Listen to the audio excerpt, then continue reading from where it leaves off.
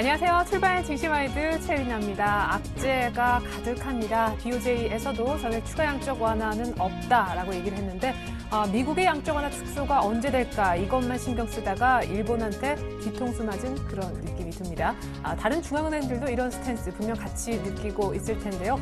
전 글로벌리 자금이 어떻게 움직이는가도 중요하겠지만 우리 내부적으로 악재도 많이 있습니다. MSCI 선진지수 편입도 불발됐는데 북한도 정상회담이 아닌 당국자 회담 하루 전에 무산시켰었죠. 삼성전자 오늘 반등이 과연 나와줄 것인가. 오늘 개장전 분위기는 별로 좋지 않은데요. 코스피 1900도 위태로울 수 있다는 아침장 분위기가 지금 나오고 있습니다. 간밤에 글로벌 증시는 무슨 일이 있었는지 한꺼번에 정리해보겠습니다. 네, 전일 일본 중앙은행은 기존 통화 정책을 유지하기로 결정했지만 장기 금리 안정책은 도입하지 않았죠. 그러다 하루 있고 BOJ 총재는 추가 양적 완화 규모 확대는 필요가 없다고 언급했습니다. 이에 간밤 뉴욕과 유럽 증시 모두 BOJ 정책 결정 여파로 1% 안팎의 하락세를 띄었는데요. BOJ가 추가 부양책을 내놓지 않음에 따라 주요국 양적 완화 정책에 대한 불확실성이 커진 것이 이 약세의 원인이었습니다. 특히나 미국의 10년물 국채 금리가 2.29%까지 오르며 2012년 4월 이후 고점을 찍었습니다. 미국 노동부는 신규 일자리 숫자가 지난 4월에 11만 8천 개 줄어든 375만 7천 개를 기록했다고 얘기했습니다. 한편 4월 도매 재고는 전월 대비 0.2% 늘어나 2달 연속 증가하며 전망치에 부합했습니다. MSCI 선진국 지수 편입이 또 불발로 끝났습니다. 외환거래 자유화와 외국인 ID 제도의 경직성으로 시장 접근성이 제한적이라는 평가를 받았는데요. 한국 증시와 더불어 선진시장 편입 후보군이었던 대만 역시도 신흥시장 지위를 그대로 유지했지만 중국 A주만큼은 신흥시장 편입 후보로 선정됐습니다. 오늘 열릴 예정이었던 남북 당국회담이 무산됐습니다. 북한이 실무 접촉에서도 핵심 쟁점이었던 우리 수석 대표의 격을 문제 삼으면서 일방적으로 회담 대표단 파견 보류를 통보해왔다고 우리 측 정부는 밝혔습니다.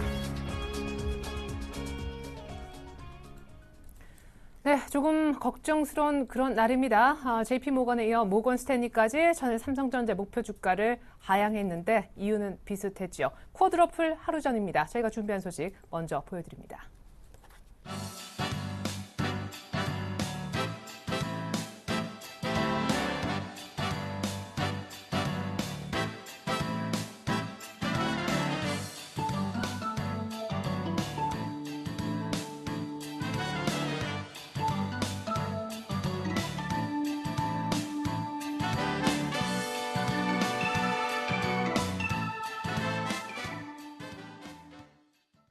네, 개장 5분 전입니다. 언제나 중요한 것은 시장보다 종목일 텐데요. ETF를 매매하지 않는 한요. 오늘 시초가 공략주부터 알아보겠습니다. 메리츠 종금증권에 계시는 강정호 부장님, 안녕하세요. 네, 안녕하세요. 네, 전일 제공략 들어갔던 넥센타이어. 외국인 수급이 좋다라는 투자 포인트도 주셨었지만 전일은 기관도 굉장히 많이 샀더라고요. AS부터 들어볼게요. 네, 어제 시초가 대비해서 2.9% 정도 상승하면서 마감을 했습니다. 기관 외국인 동시 순매수가 좀 들어오는 모습을 보였는데요. 지금 현 시장에서 가장 좀 잘 방어하는 그런 업종이 자동차 부품 업종이 아닌가 싶은 생각이 들 정도로 넥센타이어도 이 하반기 수주에 대한 기대감 또 실적 성장에 대한 기대감 계속적으로 좀 부각되고 있는 모습입니다. 계속적으로 보유가 가능한데 시장이 워낙 좀 리스크적인 부분도 있어서 일단은 오늘 18,000에서 18,500원 정도 사이에 매도 전략을 좀 취하시고요. 계속적으로 좋은 모습 계속 이어가고 있다 이렇게 좀 정리를 하도록 하겠습니다. 네. 자, 시장의 변동성이 커지고 있는 시점에 시초가 공략주 하루 만에 수익을 좀 내셔야 하기 때문에 부담이 있을 것 같지만 그래도 오늘 시초가 공략 종목 하나 좀 부탁을 드려보겠습니다. 네, 오늘 시가 모습은 미디어플렉스를 지시하도록 하겠습니다. 미디어플렉스는 본 방송을 통해서 제가 한 2,000원대 추천한 적이 있었는데 최근에 주가가 많이 올랐습니다. 역시 그 이유는 개봉작의 흥행 돌풍 지속인데요. 범죄와의 전쟁, 도둑들 이런 폭발적인 흥행 성공이 이어가고 있는 모습이고 지난해 연계 기준 매출액이 대폭 증가하면서 880억을 기록을 했습니다.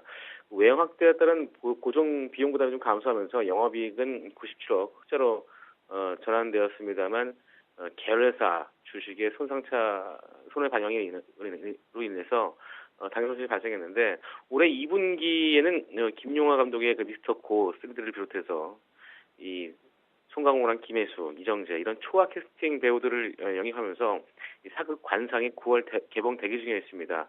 지속적으로 흥행이 좀 지속되고 있는 상황이고 뭐 이런 측면이 2분기 이후에도 실적이 기대된다고 보시면 되겠고요. 최근에 주가 강세를 보이고 있는데 역시 이제 2분기 실적을 좀 기대감입니다. 2분기 영업손익은 5억을 그대로 전망하고 있는데 작년에는 적자 4억 원에서 대폭 좀 증가하는 모습을 좀 보여줄 것으로 예상되고 있고요. VO 등의 이런 부가 판권 매출이 16억 원 발생한 전망입니다. 그래서 영화 은밀하게 위대하게 이 흥행모드 좀 예상되기 때문에 도움 관객을 최소한 3억만 명으로 전망하고 있고 이 경우에도 영업이익이 12억 원 이상으로 추천하고 있습니다.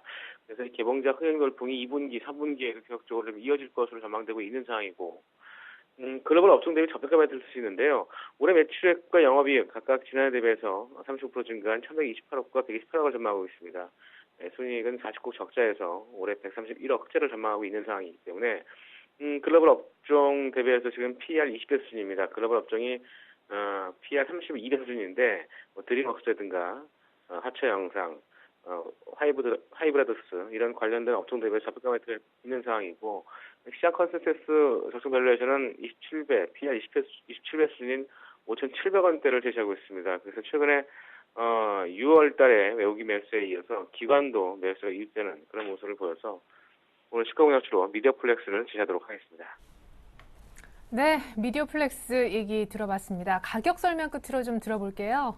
네, 목표가 4,400원에서 4,500원 사이를 제시해드리겠고요. 높게는 제시하지 않겠습니다. 손절가는 3,700원 하면서 손절 대응하시기 바라겠습니다. 네, 오늘 시초가 공략 종목 미디어플렉스 설명을 강정호 부장님 통해 들어봤습니다. 감사합니다. 네, 고맙습니다.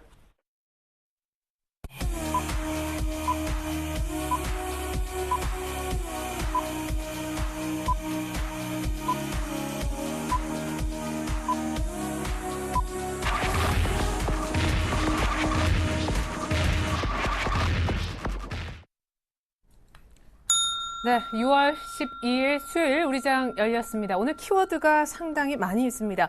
BOJ 회의에 이어 전반적인 다음 주 FOMC 회의를 앞두고 글로벌한 양적 완화 축소의 어떤 분위기 가장 큰 이슈가 되겠고요. 삼성전자가 오늘 반등할 수 있을지 여부, 물론 외국인들 수급도 같이 좀 보셔야겠습니다. 내일은 선물 옵션 동시만기인데 그를 앞두고 외국인과 삼성전자의 움직임 중요하겠습니다. MSC의 선진지수 편입이 또 무산됐는데 우리만 무산되면 모르겠지만 중국은 신흥시장 후보군에 이름을 올렸다고 합니다. 무엇보다 남북 당국자 회담이 무산된 여파로 테마주들 어떻게 출발할지 시장 전반적인 분위기 특징 움직임 챙겨보겠습니다. 전문가 두 분 나와 계시는데요. 이명식 전문가님, 유스탁의 유창희 대표님 소개시켜드릴게요. 안녕하세요. 안녕하세요. 네, 자 거두절미하고 코스피 출발 상황 그리고 삼성전자 출발 상황 짚어주시죠. 네, 현재 코스피 지수 현재 7포인트 하락한 1913포인트로서 계속해서 전저점대인 하단 부분에서 계속해서 약세 국면이 전개되고 있고요. 역시 금일도 삼성전자 소폭의 하락세로 출발하면서 140만 원을 이탈한 137만 원대에서 움직임이 형성되고 있고요. 현대차가 그동안의 변동성에도 불구하고 상당히 선방하는 모습을 보여주고 있죠. 현재 20만 원대에서 소폭의 오름세를 형성하고 있습니다. 삼성생명 여전히 경기 방어주로서 상당히 안정적인 주가 흐름이 전개되고 있고요. 시가총액 상위 종목군들이 일제히 소폭의 내림세로 출발하고 있는 그러한 모습을 보여주고 있고 최근에 그나마 어느 정도 수급이 개선될 수 있었던 그런 SK이노베이션이 또다시 재차 약세 국면이 전개되면서 경기 민감주 쪽으로도 하락세가 지속되고 있는 그런 모습을 보여주고 있습니다. 반면에 내수 관련주에서 소폭의 반등 모멘텀이 나타나고 있죠. 금일 같은 경우는 롯데쇼핑이 소폭의 오름세를 형성하고 있고 지주회사인 LG가 금일 소폭의 오름세를 형성하면서 반등을 다시 한번 모색하는 모습을 보여주고 있습니다. KT 전일에 이어 금일도 소폭의 오름세를 형성하면서 통신 관련주 섹터가 일단 틈새 시장 속에서 나름대로 선방하는 모습을 보여주고 있고요. 2분기 실적 개선이 상향 조정된 SK가 금일 다시 한번 소폭의 오름세를 형성하면서 17만 8천 원대 가격을 형성하고 있습니다. 전반적으로 시가총액 상위 종목군들의 흐름은 약세 국면이 전개되고 있고 시가총액 적어도 50위권, 중위권부터 하위권부터는 선별적인 상승 흐름이 전개되고 있는 모습을 보여주고 있죠. SK CNC의 경우에도 금일 오름세를 형성하고 있는 모습을 보여주고 있고 업종 지수로 보면은 전반적으로 약세 국면이 지속되고 있는 형상이 나타나고 있고 최근에 가격 조정이 나타났던 음식료 섹터가 소폭의 반등 모멘텀이 나타나고 있는 모습을 보여주고 있고 역시 통신업, 금융업 쪽으로 내수 관련주 쪽으로 소폭의 반등 모멘텀이 전개되고 있다고 보실 수가 있겠습니다. 선물 옵션 동시 만기를 앞두고 비차익 쪽에서 외국인 그 매도 공세가 진정되는지 여부, 외국인의 그 롤오버가 전일 같은 경우 어느 정도 50%가량 2월이 됐기 때문에 외국인의 선물 매도 공세가 잦아지지 않을까 이렇게 판단이 됩니다. 외국인의 선물, 비차익 동향을 보고 시장에 대응할 필요가 있다고 여기십니다. 네. 남북 당국자 회담 무산됐는데요, 그렇죠? 네, 현대상선 오늘 한가로 출발하고 있습니다. 잠시 후에 테마주 흐름 그리고 대응법 챙겨보겠습니다. 자, 니케이 어제 BOJ 회의 이후에 낙폭을 좀 키우면서 1% 정도 조정받았었는데요. 오늘 추가적인 하락이 나오고 있습니다. 1.67% 정도 개파락하면서 13,100선 무너진 13,080선 출발 보이고 있습니다. 자, 이번엔 코스닥입니다. 코스닥은 오늘도 역시 같이 좀 파란불인 듯한데 자세한 출발 상황부터 짚어주시죠. 네, 코스닥 지수가 지금 약간 소폭 하락 출발해서 545.80포인트에서 주가가 형성되고 있습니다. 일단은 어쨌든 코스피 대비해서는 좀 선방하고 있고, 최근에 코스피 대비해서 또 먼저 빠졌다가 지금 반등이 나오는 것이라서 일단은 어저께도 그랬고, 오늘도 아직까지는 조금 그렇게 상대적으로 나쁜 모습은 아닌데, 일단은 시장 자체는 나쁘지 않다는 부분들 좀 말씀드리고 싶어요. 어저께 해외 증시, 그러니까 유럽하고 미국은 BOJ에 대한 실망감으로 좀 급락이 나왔다고 얘기가 나왔지만은, 실질적으로 만약에 일본이 양적 완화를 추가적으로 했다고 치면은 그들은 올랐을지 몰라도 우리나라는 더 오르기 힘들었을 수 있다는 부분들. 왜 그러냐면은 엔저가 더 심화가 되고 그건 또 우리나라한테 부메랑으로 들어올 수 있기 때문에 오히려 우리나라만 본다라면은 어느 정도는 그렇게 나쁘진 않다는 부분들 좀 체크하셨으면 좋겠어요. 그렇기 때문에 해외 증시 하락으로 해서 약간 좀 하락을 하고 있지만 일단 그 부분 때문에 우리나라가 같이 연동해서 빠지는 건 아니다라는 부분들 좀 단기로 생각해 보셨으면 좋겠고, 코스닥 일단은 제가 월요일에 말씀드린 것처럼 한 545포인트 정도 이상 올라오는 게 상당히 중요하다 말씀드렸는데, 일단 545포인트 중심으로 해가지고 약간 지지력을 형성하고 있는 것 같고요. 추가적으로 며칠 남지 않았지만은 이번 주 안으로 한 50포인트 이상으로만 올라와 준다라면 일단 1차적인 급락세는 끝나고 2차 기간 조정 이후에 다음 주에 방향성 탐색할 수 있는 모양이 연출될 수 있다는 거 좀 체크를 하면서 대응하셨으면 좋겠고요.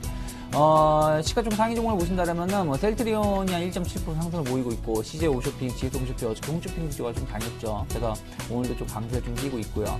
SFA라든지 네오지 게임들도 좀 상승을 보이고 있는데, 대부분의 업종, 대부분 종목군들은 하락세를 보이고 있다는 부분들, 서울반도체, SK 브로드밴드, 동서 다음 모두 한 1% 전후로 해서 하락세를 보이고 있다는 거.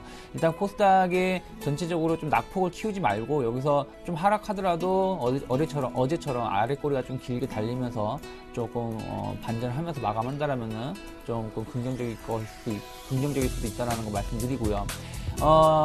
수급을 보신다면 외국인이 한 16억 정도 매도가 나오고 있습니다. 최근에 코스닥 시장 자체가 외국인이 어찌됐든 어제 그저께 이틀 연속 한 150억에서 200억 사이에 매수가 들어오고 있다는 얘기는 외국인도 일단은 1차적인 투매가 좀 완료가 됐다고 좀 볼 수 있거든요. 그렇다면 우리가 좀 체크해야 될 부분들은 조금 기관들이겠죠. 기관들도 근데 어저께하고 그저께 계속 매수가 좀 들어와주고 있다는 부분들. 그렇다면 코스닥 시장에 대해서 약간 저가 매수에 대한 관점이 좀 있다는 부분들 체크를 하시면서 오늘도 그런 수급이 좀 이어질 수 있는지, 상대적으로 코스피 대비해서 코스닥에 대한 저가 매수세가 더 들어올 수 있는지 여부를 체크를 하시면서 대응하시면 좋지 않을까 생각을 좀 하고 있습니다. 네, 코스피 어제 겨우겨우 1920을 지키긴 했었지만 오늘 장중 1910선을 내주기도 하면서 삼성전자도 닷새 연속 밀리고 있는 지금입니다. 자, 외환시장 분위기 역시 체크해 볼게요. KB 외환선물에 계시는 정경팔 팀장님, 안녕하세요. 네, 안녕하십니까? 네, 엔달러 많이 내렸던데 우리 원달러도 같이 좀 하락 압력을 받는 것 같네요. 1130원 깨졌군요. 네, 그렇습니다. 오늘 서울 외환시장은 어제 종가 대비 4원 하락한 1130원에 개장을 했고요. 개장 이후에는 개장가를 고점으로 하락 압력을 받으면서 지금 현재는 1128원 30전에 거래가 되고 있습니다. 오늘 환율이 하락하는 것은 어제 일본 중앙은행의 통화정책회의에서 시장이 기대하던 시장 안정 조치가 나오지 않음에 따라서 이에 따른 실망감이 1차적으로는 달러 엔의 급락으로 나타났고요. 달러 엔 급락에 따른 글로벌 달러의 약세가 다른 통화상들의 달러와 약세도 영향을 주면서 달러 원의 하락까지 이어졌다고 보겠습니다. 일본 중앙은행이 고정금리 대출 기간을 1년에서 2년으로 연장한다거나 또는 일본 국채 매입 횟수를 늘리면서 채권 시장의 안정을 도모하는 대책을 발표하는 것 등은 시장 참여자들이 가지고 있었던 최소한의 기대치였습니다만 이것마저 충족되지 않으면서 시장에서는 엔화의 급등과 또 글로벌 증시와 상품 시장의 약세로 나타났습니다. 어제 달러에는 95.60엔까지 하락하면서 단 하루 동안 3%가 급락했는데요. 이것은 지난 2011년 일본 대지진의 영향으로 달러 엔이 단 하루 동안 4%가 급락한 이후에 단일 변동치로는 최대 변동치라고 하겠습니다.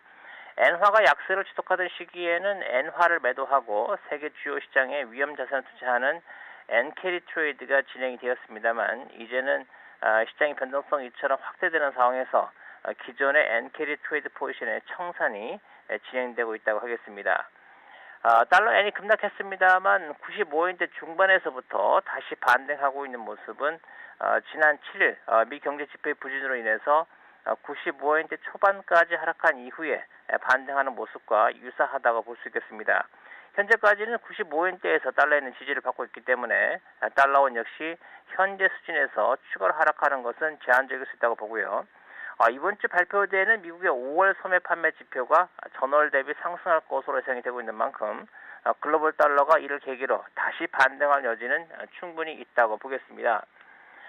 국내 요인으로는 외국인들의 대규모 주식 순매도가 최근 3거래일간 지속되면서 달러원의 3거래일 연속 상승에 심리적인 영향을 주고 있는 모습인데요. 오늘 하루 환율이 잠시 쉬어가는 모습을 보일 수 있겠습니다만 아직 상승세가 중단되었다고 보기는 어려울 것 같습니다. 오늘은 1130원 전후한 흐름이 예상됩니다. 예, 그래요. 일단은 엔달러 95엔대 정도 이번에도 지지를 받을지 한번 잘 살펴봐야겠습니다. 오늘 하루는 일단은 하락할 것 같네요. 지금까지 KB 외환선물 정경팔 팀장님의 분석 들어봤습니다. 잘 들었습니다. 네, 감사합니다.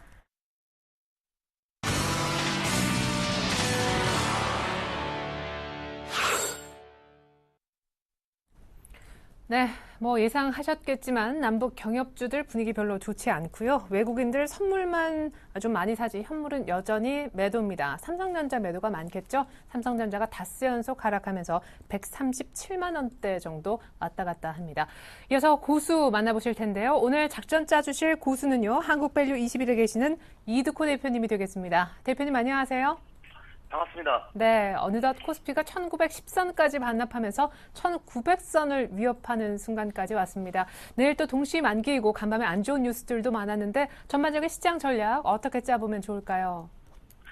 네, 일단 뭐 요즘 수익이 상당히 힘든 장인 것 같습니다.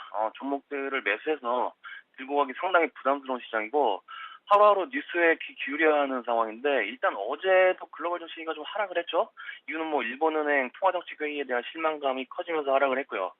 우리 증시는 1900선까지 하방으로 좀 열어두고 보자라고 좀 말씀을 드렸는데 일단 지수는 1900선까지 열어두되 1900선을 이탈하지 않으면서 저점을 다지는 양봉이 지속적으로 나오는지 확인하자라고 좀 말씀을 드렸습니다. 일단 어제 코스피 일봉 차트를 한번 보시면 아랫꼬리를 한번 만들면서 1900선까지는 이탈하는 모습이 모습이 나왔고요. 오늘도 뭐 MSCI 편입이 불발이 되면서 속보 하락 출발하는 모습인데 일단 지난 시간에 말씀드렸듯이 이번 주에 움직임이 상당히 좀 중요하다라고 좀 볼 수 있겠습니다.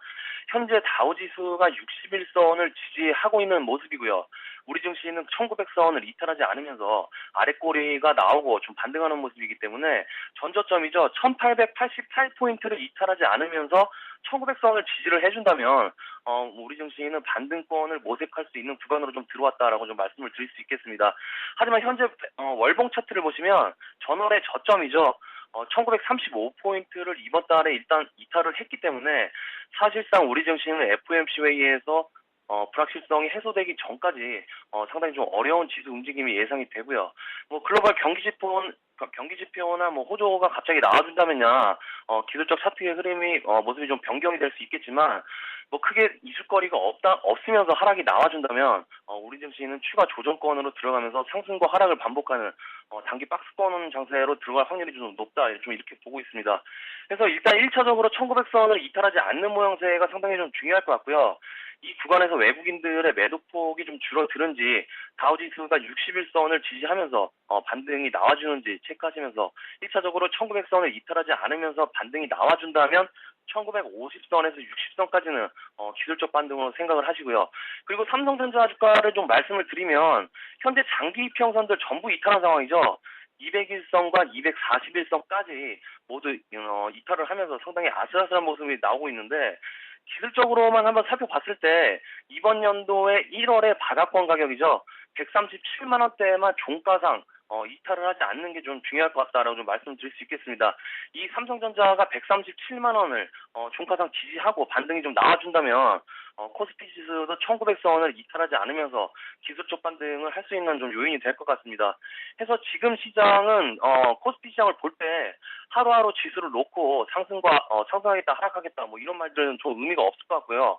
일단 하방과 상방을 좀 열어두고 단기 매매에 초점을 맞추면서 오버나잇보다는 수익 나면 바로 챙기는 전략이 좋아 보이고요. 항상 시장은 여러분 바닥을 지지하면서 급등과 급락, 투매 이런 사이클로 좀 반복이 되는 시스템이기 때문에 현재는 급락 이후에 투매 구간으로 접어들면서 매도대 물량을 싹 매도되고 깨끗하게 가는 게 수급적인 측면에서도 개인적으로는 좋아 보인다. 좀 이렇게 말씀을 드릴 수 있겠습니다.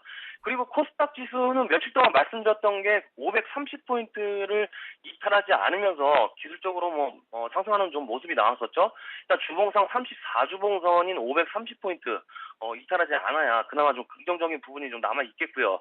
530포인트를 이탈하는 흐름이 좀 나와준다면 일단 520포인트까지는 열어두고 매매에 임하셔야 한다라고 좀 판단을 하고 있습니다. 해서 530포인트를 이탈하지 않고 현재 기술적 반등 구간으로 좀 들어온 상황이기 때문에 560포인트까지는 일단 상방 구간으로 좀 열어두시도록 하시고요. 그리고 최근에 강세가 좀 나오는 종목들이 장 초반에 상승을 했다가 오후장 들어서면서 꺾이는 흐름이 상당히 많이 보입니다.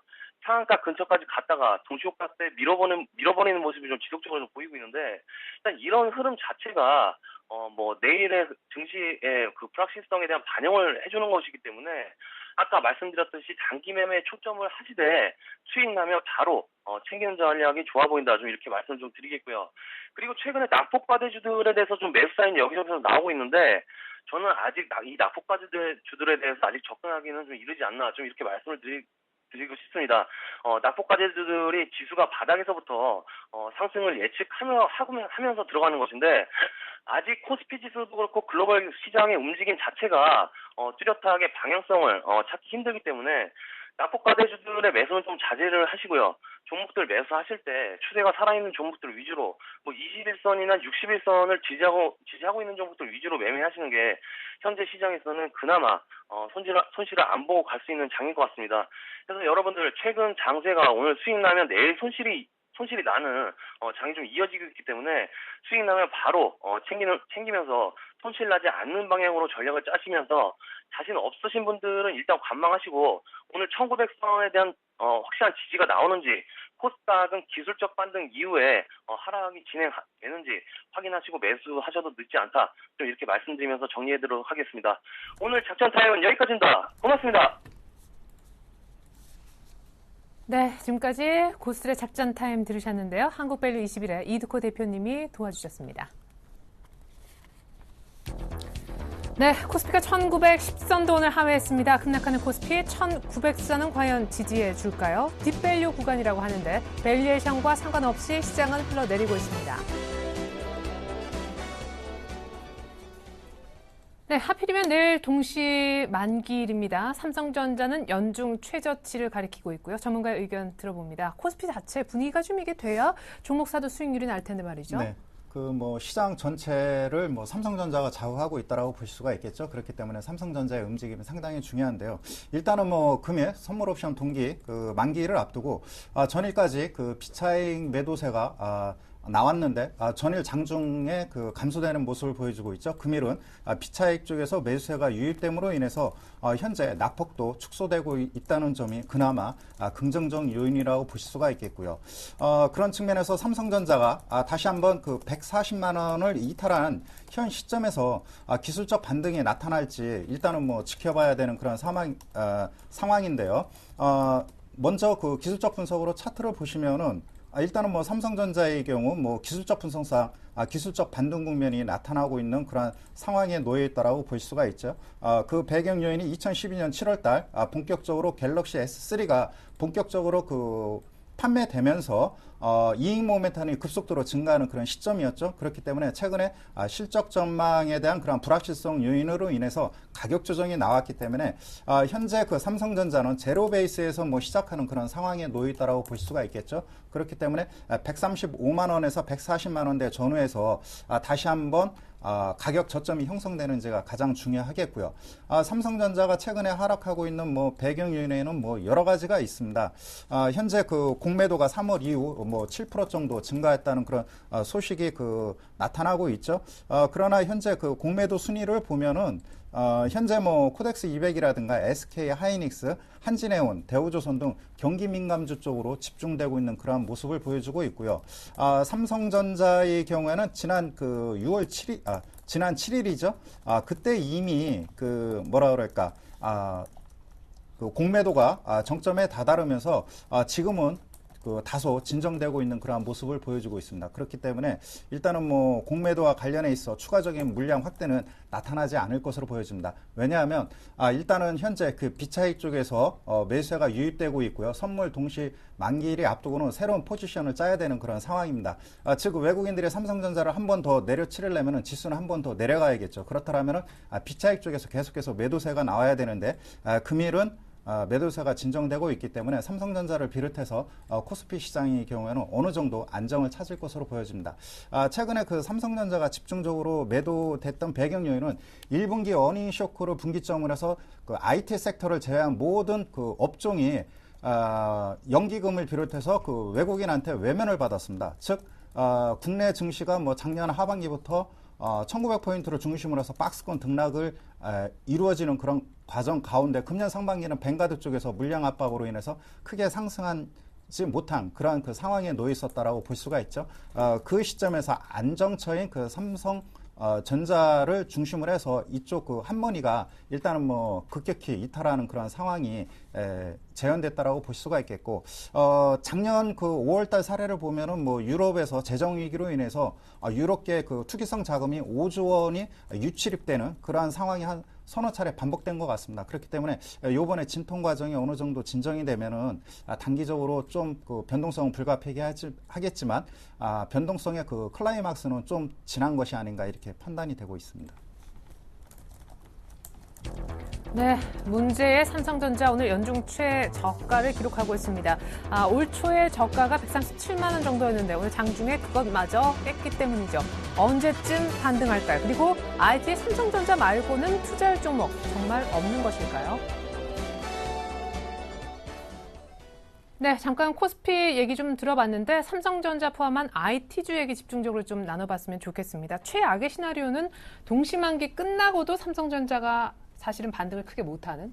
그렇죠. 그럴 수 있겠죠. 지금 뭐 정부에서도 뭐 조사를 왜 하는지 모르겠지만 어쨌든 삼성전자의 공매 좀 시가총액이 크다 보니까 삼성전자를 흔들면서 좀 파생 쪽에서 외국인들이 좀 작업하는 것이 아니냐 이런 조사를 좀 하겠다 얘기가 좀 나왔는데 어제 모건 스탠리까지 부정적인 부정적인 리포트가 내면서요. 근데 이제 중요한 거는 이제 이게 이제 만기 때 이후에 이제가 중요하다는 분들. 왜 그러냐면 이번 만기가 상당히 중요했던 이유가 뭐 선물로 동시 만기를 떠나가지고 그 외국계 자금의 그 펀드 청산이 끝난다. 뱅가드 자금이 이번 만기로 인해서 끝나기 때문에 뱅가드 자금이 유입이 될 수 있다는 기대감이 작용할 수 있었던 상황이 있기 때문에 6월 만기가 상당히 중요했었는데 그 이후에도 삼성전자가 반등을 못한다라면 결국에는 실적에 대한 그 부담감이 작용했다라는 것이죠. 그리고 이번에 그 6월달 지나고 나면은 7월 초에 예비 실적을 발표할 텐데 거기에 대한 실망감이 이미 반영되고 있다는 것이기 때문에 상당히 좀 안 좋을 수 있다는 것이죠. 그래서 이번 만기 이후에, 그러니까 다음 주가 되겠죠. 이번 뭐 목요일 이후에 금요일부터 보기보다는 다음 주에 삼성전자 반등이 얼마나 좀 강하게 나올 수 있는지.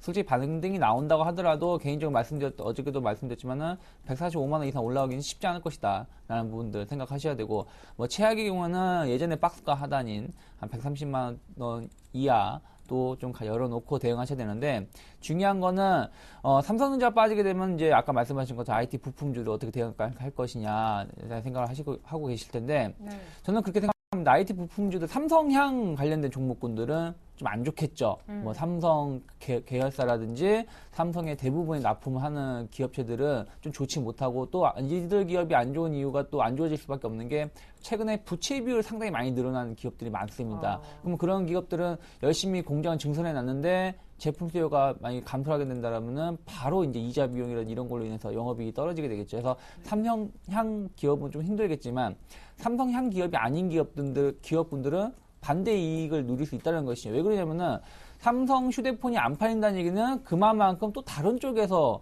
풍선효과처럼 한쪽을 누르면 한쪽이 튀어나오듯이 다른 쪽 기업에 대한 매출이 증가할 수 있다는 것이죠. 물론 그게 저가폰일 수도 있는 거고 그런 부담감은 있을 수 있겠지만 어쨌든 부품주들 보실 때 삼성향 부품주 말고 다른 기업분들 좀 같이 보셨으면 좋겠고 또 한 번 말씀드렸지만은 FPCB나 카메라 모듈 쪽은 어쨌든 스마트폰만 보고서는 그동안 고공행진을 해왔던 종목군들이기 때문에 이들 기업군들에 대해서는 약간은 중립적인 마인드는 계속 유지를 하셔야 될 것 같고 다만 반도체라든지 디스플레이 쪽은 좀 다를 수 있다는 부분들 반도체는 업황 자체가 회복을 하고 있고 이게 뭐 저가폰을 간다고 해도 물론 반도체 그 용량 자체는 좀 줄어들겠지만 어쨌든 반도체 수요는 계속 늘어날 수밖에 없다는 부분들 그러다 보니까 삼성전자도 SK 하이닉스한테 공급을 납품받겠다 얘기가 계속 하고 있던 얘기가 그런 일맥상통하다 볼 수 있겠고 또 디스플레이 쪽도 본다라면은 휴대폰 쪽 디스플레이는 약간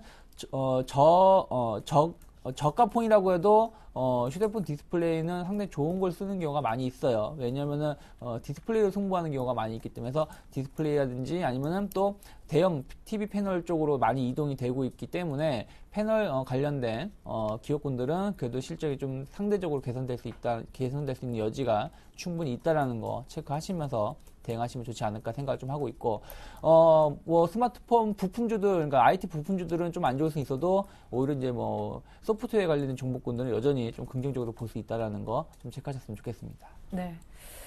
자, 이번에 특별히 이제 삼성전자 코스피에 대한 전망과 분석 한번 들어봤고 이제 특징주 움직임 좀 챙겨보겠습니다. 오늘 약속드렸던 남북 경협주 관련해서 특별히 금강산 관광 재개 때문에 상한가 행진을 이어갔던 현대 상선까지 오늘은 아주 확실하게 멈춰섰습니다. 현대 엘리베이터는 어제 이미 좀 조짐이 나왔죠. STX 그룹주도 계속 부진하네요. 네, 그 현대 상선 같은 경우는 일단은 뭐 서울 회담이 무산이 됐죠. 이에 따른 뭐 실망 때문에 그 하락이 전개되고 있는 그런 상황에 놓여 있는데요. 일단 뭐 기대감으로 충분히 뭐 주가에 반영이 됐다라고 볼 수가 있겠습니다. 뭐 단기적으로 뭐 11,000원대에서 15,000-16,000원대까지 상승을 했기 때문에 뭐 서울회담 무산이 아니더라도 가격 조정이 나올 수 있는 그런 상황이었다라고 볼 수가 있겠고 중요한 것은 그런 것 같습니다.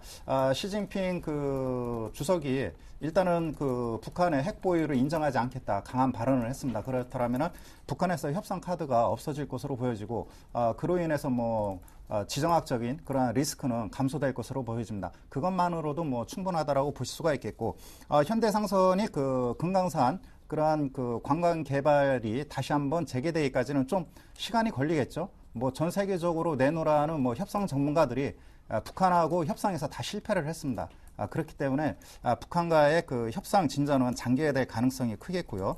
그런 측면에서 뭐 트레이딩 관점에서 대응할 필요가 있겠고, 현대상선 현재 국면에 있어서는 뭐 당분간 등락 과정이 반복될 수밖에 없는 그런 상황이라고 볼 수가 있겠습니다. 역시 가장 중요한 것은 이제 물론 하루 전에 D-1일에 이 회담 자체가 무산돼서 좀 경악을 금치 못했지만은 향후 이제 회담이 다시 재개될 가능성이 어느 정도 있느냐에 따라서 아직 안 파신 분들 굉장히 고민되실 것 같거든요. 네.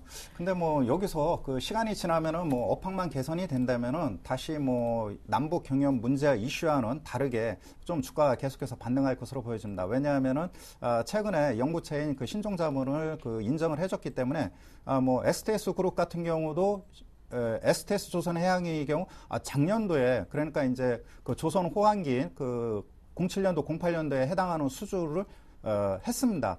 그러나 그 배를 건조해서 인도하기까지 그 기간 동안에 현금 유동성 위기 때문에 그 위기에 빠진 거거든요. 그렇기 때문에 이러한 그 장기적으로 안정적인 자금을 그 확보할 수 있다라면은 이제 막 그 유럽에서도 성장 정책으로 전환했기 때문에 금년도 연말 초부터는 뭐 가시적인 그런 흐름이 나타나지 않을까 이렇게 판단이 되고요. 컨테이너선 쪽에서도 그 발주가 이루어지고 있습니다. 그렇기 때문에 일단은 뭐 경기 민감주, 해운, 조선 최악의 상황에서 현재 이제 막 그 바닥에서 턴하는 그런 분기점이 아닌가 이렇게 판단이 되고요. 그 속도와 기간은 좀 뭐 미지수라고 보실 수가 있겠습니다. 네, 자 그러면은 일단 얘기를 좀 이어가기 위해서 에스텍스 그룹주 얘기는 잠시 후에 듣는 걸로 하겠고요. 남북경협 테마, 오늘은 또 방산주가 상대적으로 오를 정도라고 하는데 뭐 대응책 중심으로 좀 얘기해 주시면 좋을 것 같아요. 일단 뭐 방산주들 반등 나오는 부분에 대해서는 뭐 일시적일 거라 생각을 하고 있기 네. 때문에 뭐 여기에 대해서 뭐 편승한다는 거는 정말 기름을 들고 불쑥에 뛰어드는 것이라 말씀드리고 싶고요. 예.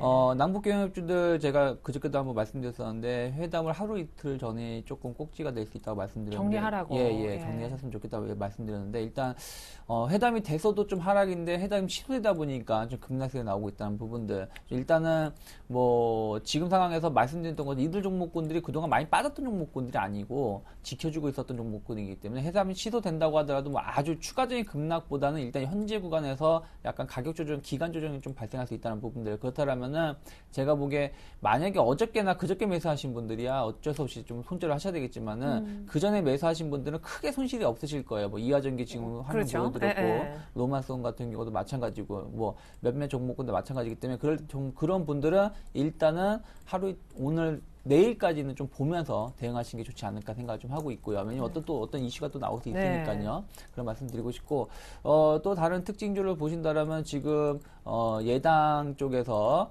테라이소스 그 주식, 보유 주식인, 4천만 주 중에서 한 3천만 주 이상이 지금 분실을 했다.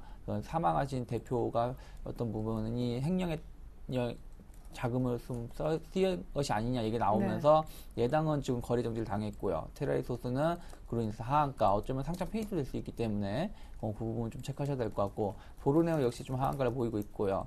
해인 같은 경우는 약간 발전 설비에 대한 기대감을 작용해서 최근에 급락세가 나왔다가 다시금 점 상한가가 나왔는데 일단 이 종목을 좀 보수적으로 좀 보면서 대응하시는 게 좋지 않을까 생각 좀 하고 있습니다. 네.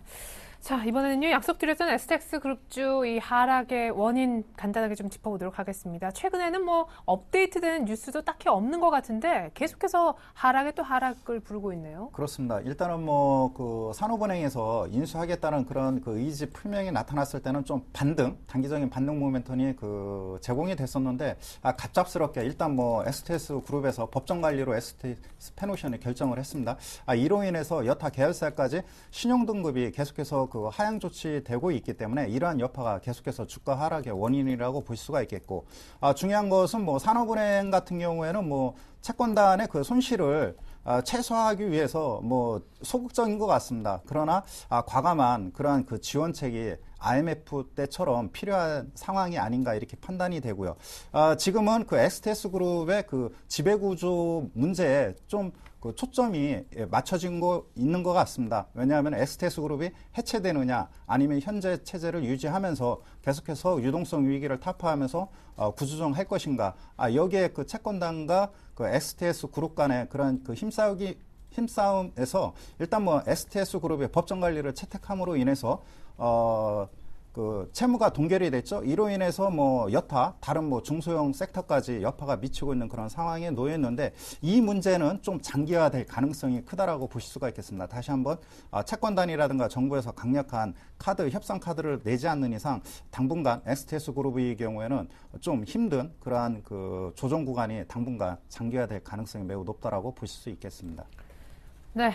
이미 코스닥이 빨간불을 먼저 켰고요. 코스피까지도 빨간불로 바뀌고 있습니다. 오늘 삼성전자가 의외로 조금 더 빠지면서 출발했지만 삼성전자 낙폭이 줄면서 138만 원 거의 근처까지 올라왔습니다. 일단 양시장 모두 빨간불인 상황 9시 30분 현재입니다. 자, 이제 전일 수급 특징주 보고 두 분의 오늘 조언까지 들어보겠습니다.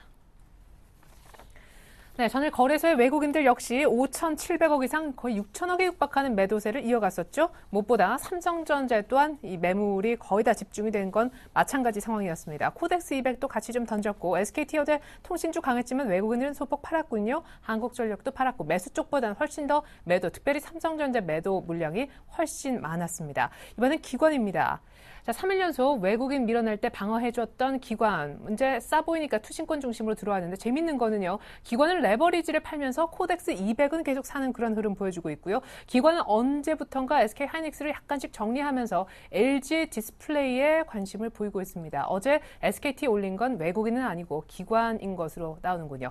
LG 이노텍 어제 급락시켰던 주체는 기관인 것으로 보여집니다. 오늘도 추가 하락하고 있죠. 네, 일단 분석부터 들어보겠습니다. 네, 그 최근 들어서 그 외국인하고 기관들의 엇갈린 매매가 나타나고 있죠. 그 LG그룹 쪽으로 그 기관 매도세가 집중이 됐었는데 최근에 전일 급락이 나타났습니다. LG이노텍 외국인 매수세가 나타났고요. 기관은 매도했고요.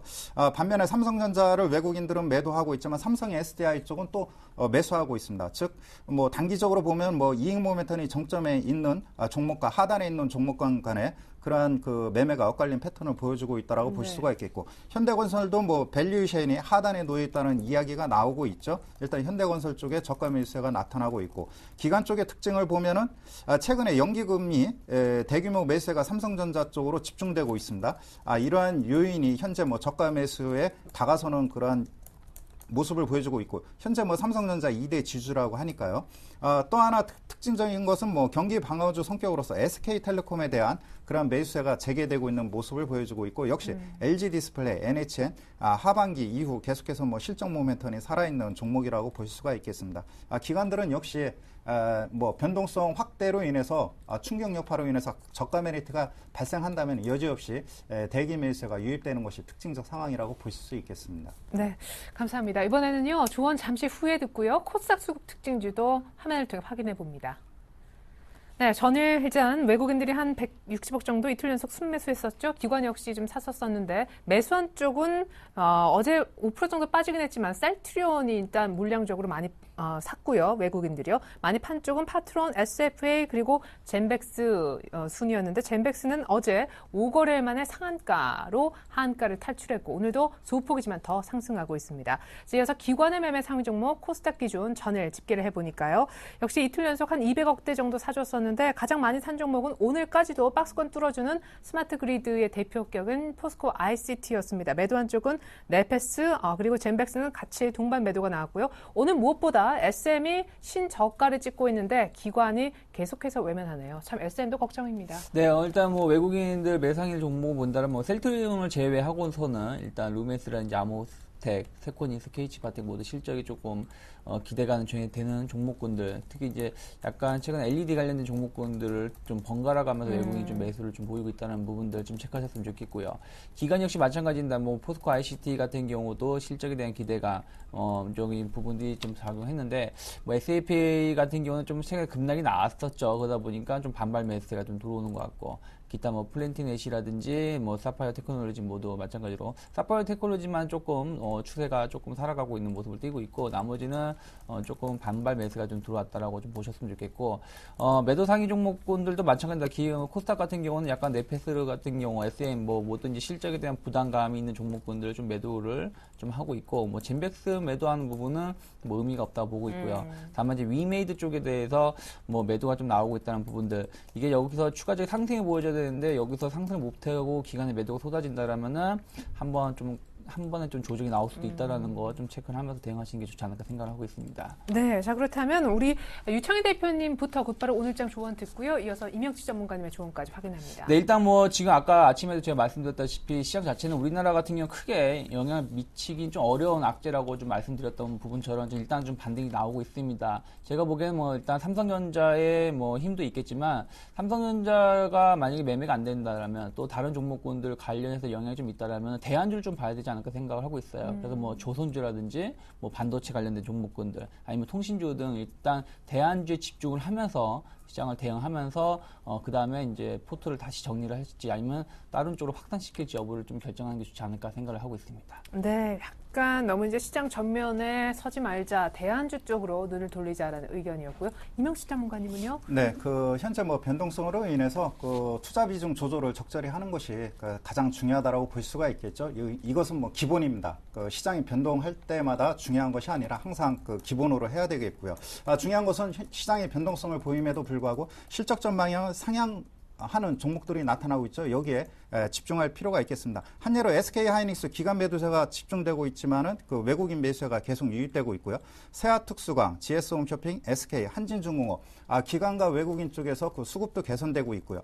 2분기 이후에도 계속해서 실적 전망을 상향 조정하고 있기 때문에 틈새 시장 속에서 이러한 코멘트 관련 종목군들을 눈여겨봐야 되는 그런 상황이라고 보실 수 있겠습니다. 네, 실적이 계속 전망치가 올라가고 있는 종목 하이닉스, 한진중공업 그리고 세아특수광 외에 SK도 있고요. 지주회사, 네. GS 홈쇼핑도 있습니다. 예, 감사합니다. 이렇게 종목까지 다시 한번 좀 들어볼 수 있었습니다. 두 분 전문가와는 인사 나누겠습니다. 조언까지 감사합니다. 고맙습니다.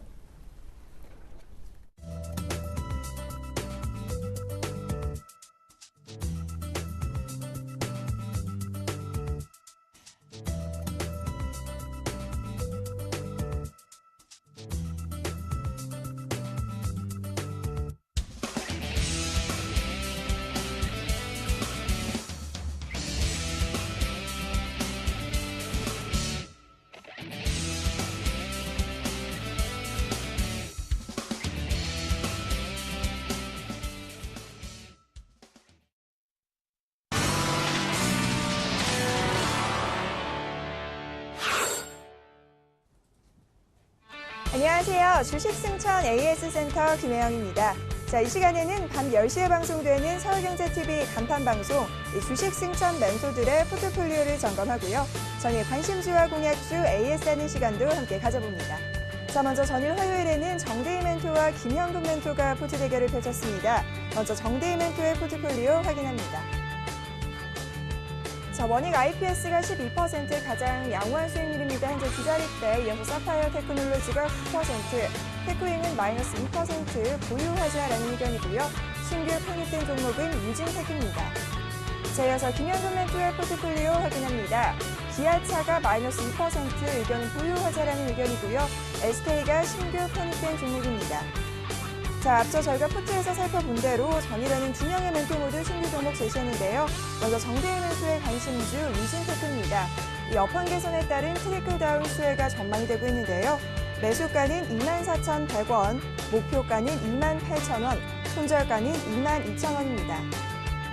자, 이어서 김현금 멘토의 관심주입니다. SK를 추천해 주셨는데요. 이 자회사의 본격적인 실적 개선의 가시화가 기대가 되고 있습니다. SK는 매수가가 177,500원, 목표가가 195,000원, 손절가는 170,000원입니다. 네, 이어서 두 종목 현재대 흐름부터 짚어보겠습니다. 자, 먼저 유진테크 나오고 있는데요. 1%대의 상승 흐름 현재 24,450원에 거래 중이고요. 이어서 SK의 현재가 흐름도 체크해봅니다. 자, SK 현재 1%대의 상승세입니다. 18만 원에 거래가 되고 있는데요. 자, 오늘은 김현금 멘토 전화 연결해서 신규 종목에 관한 전략 자세하게 들어보겠습니다. 안녕하세요, 멘토님. 네, 안녕하세요. 네, 제시해주신 신규 종목 투자 전략 자세하게 살펴주시죠. 예, SK를 제가 제시를 해드렸는데 최근에 자회사들의 실적 개선이 좀 돋보이고 있는 모습인데 특히 통신주 SK텔레콤 쪽에 대해서 단순하게 방어주 개념이 아닌 실적 개선의 모멘텀으로 주가가 상당히 강세를 보여주고 있습니다.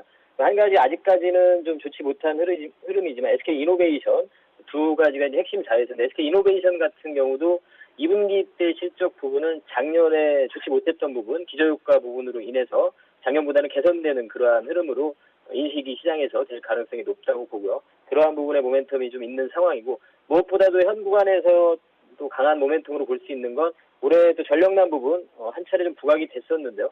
올 여름에 다시 한번 또 곧 부각이 되리라고 보고 있습니다. 원전 중단된 이후에 원전 정상적인 가동을 위해서는 부품 교체라든가 이러한 부분들이 4개월 이상 시간이 소요된다고 합니다.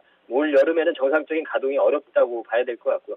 SK에서 보유를 하고 있는 SK ENS 이런 자회사에서의 발전에 대한 부분, 영업 가치가 상당히 부각이 될 수 있는 그런 구간이라고 판단이 듭니다.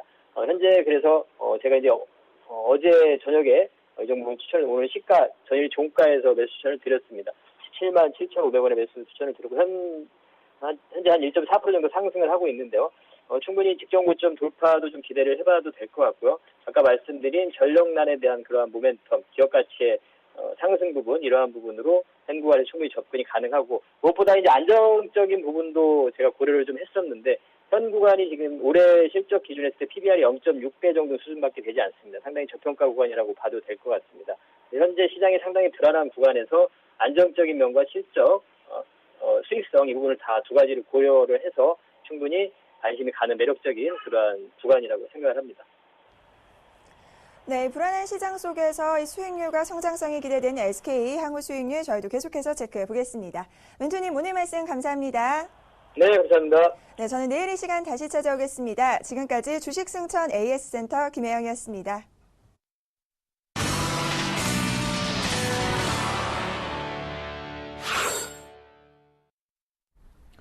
네, 코스피는 상승 전환했다가 소폭도 빠졌다가 어제 상황하고 비슷합니다. 1920선 등락이고요. 삼성전자 낙폭은 거의 다 줄여놓은 상황. 코스닥은 550선까지 올라와 빨간불 유지하려 하고 있습니다. 이어서 글로벌 이슈 속 숨겨진 의미 알아보겠습니다. 오늘도 역시 김동섭 이사님 만나보겠습니다. 이사님 안녕하세요. 안녕하세요. 네, 지금 미국 증시가 올해 말 붕괴될 수 있다 이런 섬뜩한 경고가 하필이면 약간 시장이 주춤할 때 나왔습니다. 금융위기 충격을 능가할 수도 있다고 지금 누가 얘기하는 겁니까? 폴 비 패널이라 해서 그 마켓워치 컬럼니스트인데요. 이 사람은 옛날부터 그 비관론자죠. 이 사람이 이제 경고를 했는데 금융위기 충격이 보다는 더 능가하는 충격이 있을 수 있다라고 하면서 그 확률을 87%다라고 얘기했는데요. 근거 내용은 이제 과거에 아주 유명한 사람들의 시장에 경고성 발언한 것들을 제시를 했죠. 그중에서 버핏 같은 경우는 새 거품이 더 큰 침체를 몰고 올 것이기 때문에 지금의 거품은 예정돼 있고 그 이유가 중요하다. 이런 얘기를 하는 거고요. 또 하나는 이제 그 시프라 그래서 2008년보다 더 큰 위기를 100% 확신한다라는 사람도 있었고요. 얼마 전에는 빌 그로스가 이제 지금 주식시장은 신용의 초신성 폭발과 같기 때문에 조만간 큰 문제가 대두될 것이다. 이런 얘기를 했었거든요.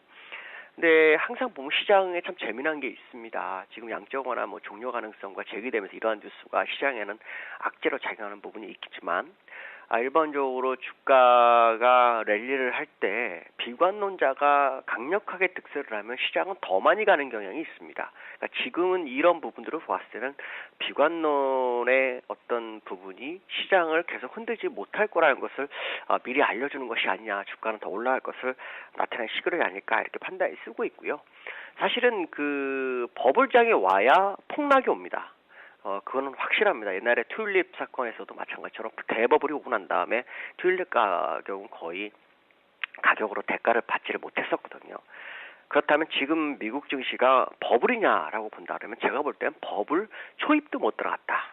그렇기 때문에 지금은 이 걱정할 필요가 없고 버블을 오히려 즐기는 것이 낫다라고 판단하고 있고요.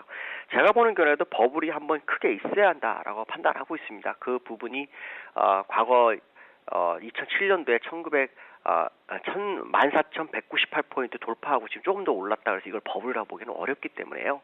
아마도 2007년도 고점보다 최소 30% 이상에서 40% 정도는 더 올라야 그것이 이제 버블을 단계라고 판단할 수 있기 때문에 지금은 이러한 어떤 붕괴론에 너무 집착할 이유는 전혀 없다라고 말씀드릴 수 있을 것 같습니다. 네. 양적 완화, 미국 쪽은 한 9월달 정도 축소 전망에 힘을 얻는다는데 전일 BOJ에서 추가 부양 없다고 밝힌 이후에 이제 미국에 이어서 일본까지 근데 추가 부양 카드는 이제 꺼내지 않는 분위기로 사람들은 해석을 하고 있습니다. 이런 가운데 전 BOJ 이사가요. 아베 성장 전략은 이미 옐로우 카드는 받았고 레드 카드까지 받을 수 있다. 이런 경고성 멘트를 했네요.